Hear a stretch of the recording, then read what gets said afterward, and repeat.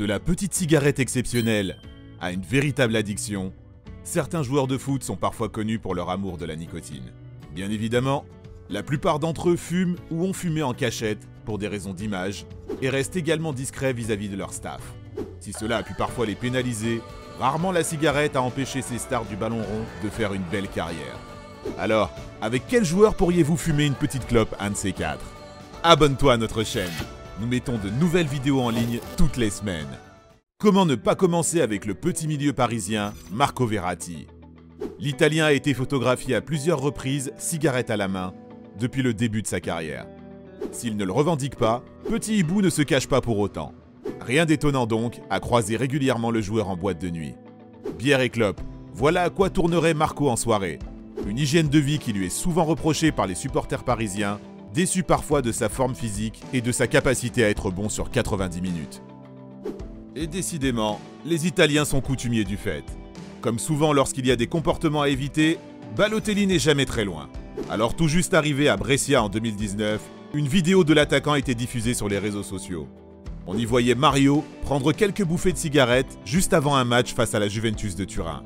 Rien d'étonnant lorsqu'on sait qu'il fumait environ 5 cigarettes par jour durant son passage à Manchester City. Si vous pensiez que longévité ne rimait pas avec cigarette, l'immense Gianluigi Buffon vous prouvera le contraire. À 42 ans, on ne cesse de louer l'hygiène de vie du portier italien. Pourtant, Gigi ne serait pas contre une petite clope de temps en temps. Il a notamment été photographié au volant de sa voiture, cigarette à la main, après la demi-finale de la Champions League en 2017 face à l'AS Monaco. À croire que la cigarette est une potion magique que les gardiens se transmettent dans le but de devenir des grands champions. Fabien Barthez, le divin chauve, a fumé tout au long de sa carrière. Durant le sacre de l'équipe de France en Coupe du Monde 98, le portier enchaînait les cigarettes. Une habitude qu'il cachait à l'époque avec Emmanuel Petit. En 2006, Fabien avait beaucoup moins de remords à l'idée de se montrer. Si la cigarette n'a pas impacté l'endurance sur le terrain de la légende Johan Cruyff, elle aurait en revanche été l'une des causes de son décès à 68 ans d'un cancer du poumon. Le génie hollandais fumait sans arrêt, parfois même à la mi-temps de certains matchs. Selon l'un de ses biographes, il pouvait fumer jusqu'à 4 paquets par jour. Rien que ça. Il était d'ailleurs surnommé la vapeur par la presse néerlandaise. En 1993, il participait à une pub contre le tabac après une crise cardiaque. Un autre Hollandais, tout juste retraité, Wesley Sneijder, est aussi un adepte du tabac. Le 4e du Ballon d'Or en 2010 a été photographié de nombreuses fois cigarette à la main.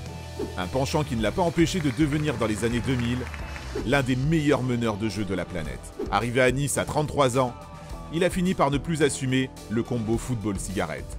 Son niveau sur le terrain et ses performances se sont grandement dégradées. S'il y en a un qui n'a jamais assumé son addiction pour la cigarette une fois entré sur le terrain, c'est bien Dimitar Berbatov. L'attaquant bulgare a toujours eu le sens de la provoque. Son modèle, l'acteur américain Andy Garcia, interprète du Parrain, dont il a imité la coupe de cheveux, mais aussi la façon de fumer. Son manque d'endurance sur le terrain a heureusement toujours été compensé par une technique hors du commun. En parlant de cheveux, comment ne pas évoquer l'ex-défenseur Philippe Mexès? Le moins que l'on puisse dire, c'est que la cigarette ne détendait pas le joueur une fois entré sur le terrain. Connu pour ses coups de sang et ses très nombreux cartons au cours de sa carrière, Mexès était un fumeur régulier. L'alcool, la malbouffe et la cigarette. Voilà le cocktail magique qui colle à la peau de Wayne Rooney. L'attaquant anglais désormais en Championship n'en a pas pour autant gâché sa carrière. Ses sorties en boîte de nuit ont fait l'objet de nombreux débats outre-Manche. Gary Neville, ancien capitaine des Red Devils, avait même avoué avoir assigné lors d'une soirée un agent de sécurité à l'attaquant afin d'éviter qu'il ne dérape. Oui, Radja fume. Si je lui interdis de fumer 5 à 6 cigarettes par jour, je crois qu'il détruit sa chambre. Voilà ce qu'avait déclaré en 2016 le sélectionneur belge, alors que la presse avait diffusé une vidéo du milieu de terrain, paquet à la main, en plein Euro. Nainggolan n'a jamais caché son penchant pour la nicotine. Il l'a assumé à plusieurs reprises devant les médias. Son seul regret, donner le mauvais exemple à ses enfants. Bien évidemment, on vous rappelle que fumer tue et affecte nos performances respiratoires et donc sportives. Sauf si bien entendu, vous vous appelez Zinedine Zidane. Alors, étais-tu au courant des petits travers cachés de tes footballeurs préférés? Connais-tu d'autres joueurs qui auraient mérité leur place dans cette vidéo? N'hésite pas à nous le dire en commentaire. N'oublie pas de parler de nous à tes amis. Merci et à bientôt pour une nouvelle vidéo.